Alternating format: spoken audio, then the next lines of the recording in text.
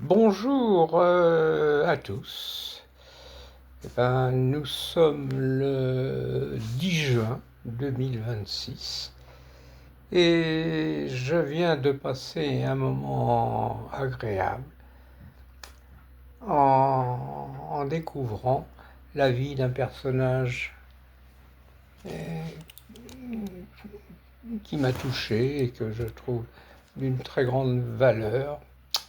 Il s'appelle Jean Moulin, que vous connaissez tous, par le rôle qu'il a joué durant la Deuxième Guerre mondiale dans le monde de la résistance.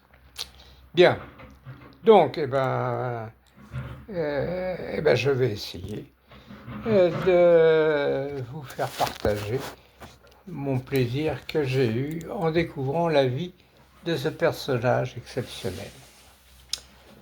Jean Moulin est né à Béziers à la fin du siècle dernier, le 20 juin 1899, et il est mort assez jeune en 1943 sous les griffes de la Gestapo.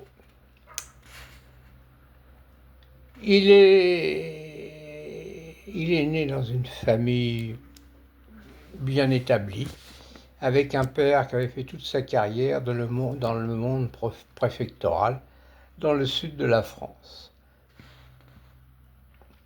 Son père, donc, était d'obédience radicale socialiste et était sans être extrémiste. C'était un fonctionnaire préfectoral. Son fils, donc, a fait ses études à Montpellier en droit. Il était un élève extrêmement brillant et à la fin de ses études, il est rentré au bureau de la préfecture du préfet de l'Hérault, qui était Raymond Poincaré. Ce jeune garçon, très brillant, avait une passion pour les voitures de course, pour le ski et pour... c'était quelqu'un d'extrêmement élégant qui était toujours extrêmement bien habillé et soigné de sa personne avec une grande prestance. La guerre de 14 éclate, il est donc incorporé dans l'armée française, dans une unité du génie, dans les Vosges. Il fait le peu de la guerre qu'il y a eu à cet endroit, et à la fin, à l'issue du conflit, il retourne dans le monde préfectoral, puis il va faire une série, il est nommé sous-préfet, un des plus jeunes sous-préfets de France, et va faire exercer sa fonction dans plusieurs villes de France. Il va à Albertville, à Châteaulin, à Thonon-les-Bains, et il terminera son périple à Montargis. En 1936, Léon Blum est nommé Premier ministre et il choisit comme ministre de l'Aviation un membre éminent du Parti communiste qui s'appelle Jean Cotte. Ce dit Jean Cotte a entendu parler du jeune sous-préfet Jean Moulin et il lui demande de le rejoindre comme chef de cabinet de son ministère.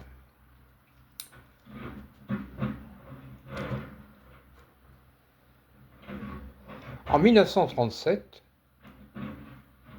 Jean Moulin est nommé préfet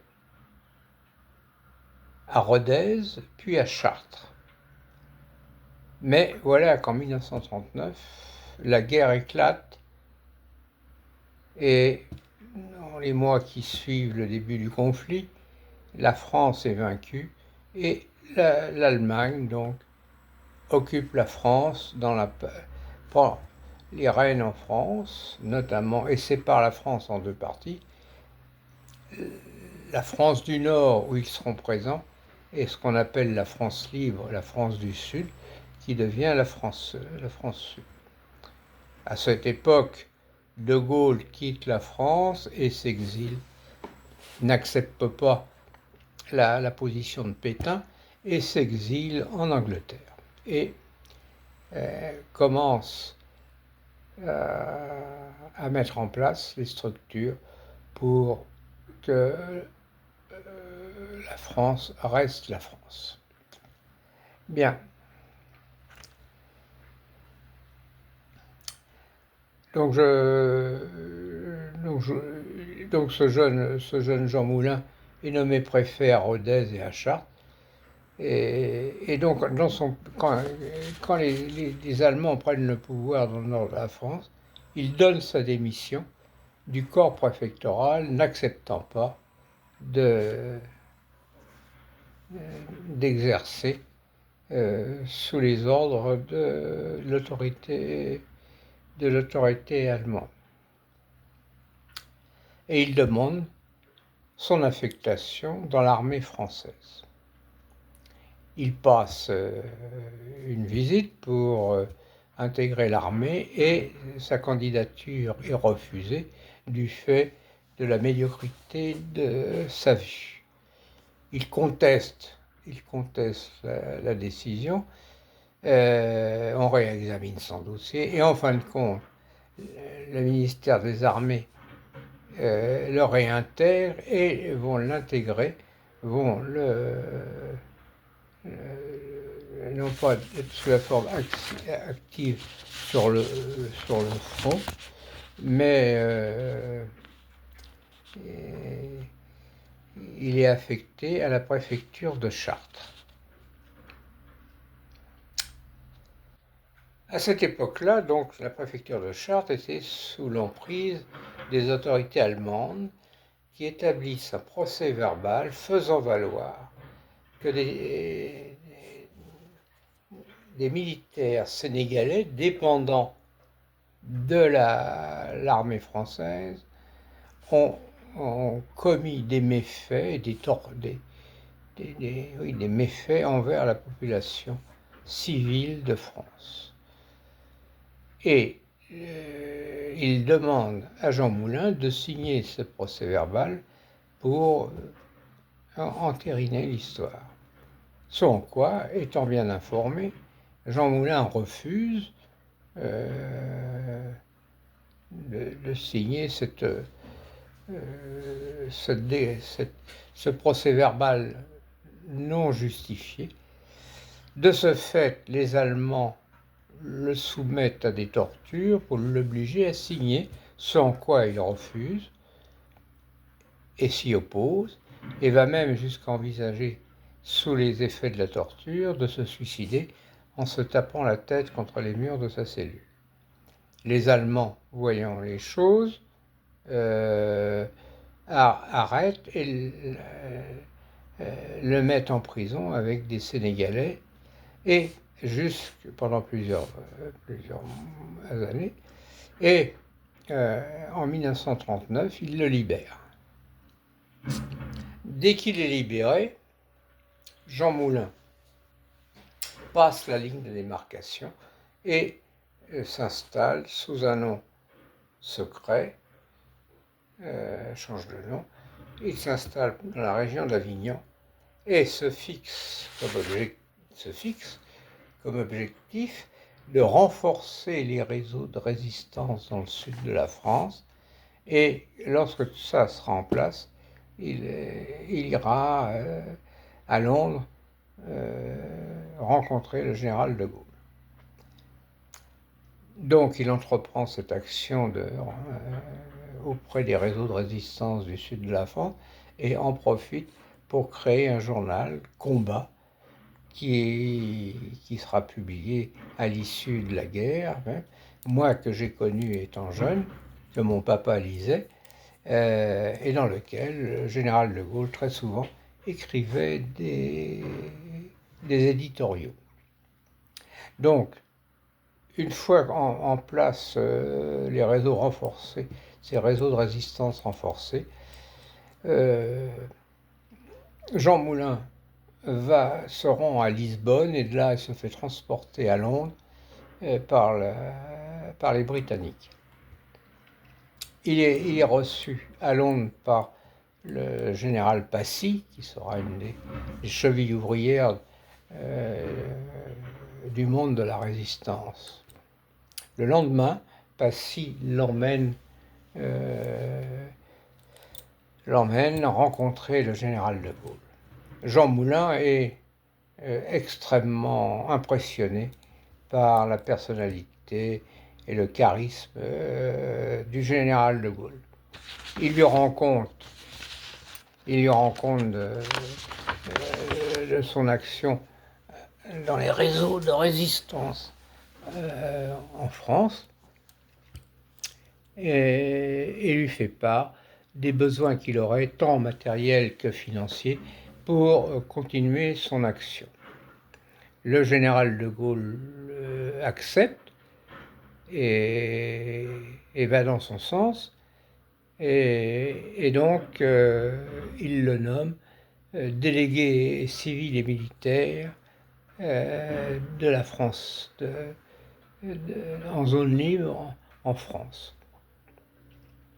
Et lui donne un message écrit, lui demandant de veiller à la réunification de l'ensemble des réseaux de résistance, de les mettre sous la responsabilité militaire du général Delettre, qui recevra ses ordres de Gaulle. Jean Moulin revient en France, réunit les chefs de réseau pour leur transmettre les directives de Gaulle et qu'ils seront dorénavant sous la responsabilité du général Delettre. Cette information ne va pas sans faire des remous, car les différents chefs de réseau étaient très attachés à leur pouvoir de décision et de directive de leurs unités. Et donc là, ils sentent bien, donc ils devront observer les ordres du général Delettre et de ce fait du général de Gaulle. Toutefois, Jean Moulin, par son charisme et son pouvoir de personne, arrive à faire accepter par tous ses responsables la directive qui a été donnée. Donc,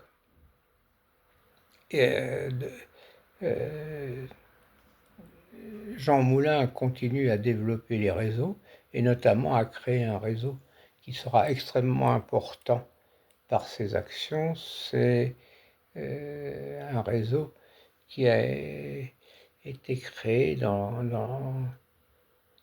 les Alpes, dans le Vercors exactement, qui auront des actions extrêmement brillantes durant dans la France libre, en appui de l'action du général de Gaulle. En 1943, fort de ces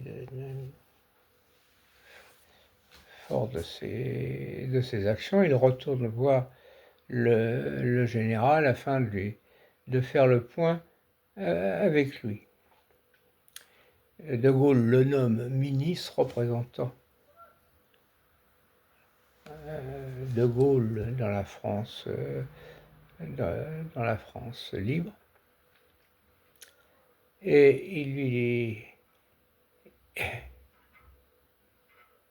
lui demande donc de continuer à faire l'unité de ces réseaux et à développer ses réseaux de résistance. Il revient en France et donc il réunit l'ensemble des responsables des réseaux.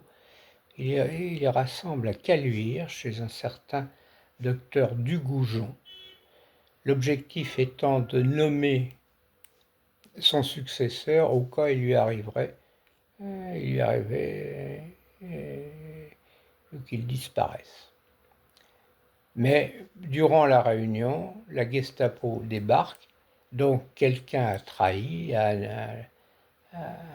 parmi les participants, a trahi et a informé la Gestapo de la tenue de cette réunion. Tout le monde est arrêté et envoyé à la prison près de Lyon, à Montluc, pour être interrogé par un certain Claude Barbie, soumis à la torture afin d'obtenir des informations pour les Allemands.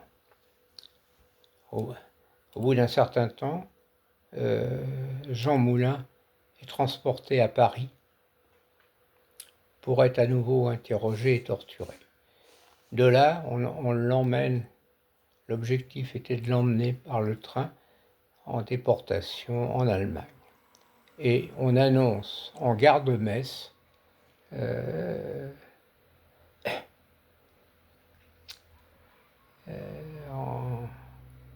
que Jean Moulin, durant le transport, est mort. En fait, il s'avère qu'il est fortement plus près de la réalité, c'est qu'il est mort lors des tortures à Paris et qu'on emmenait son corps en Allemagne. Et on a donc décidé qu'il était mort pendant le transport à Metz. Donc son corps est emmené à Metz, de Metz en Allemagne. Et à la fin de la guerre, son corps est rapatrié en France.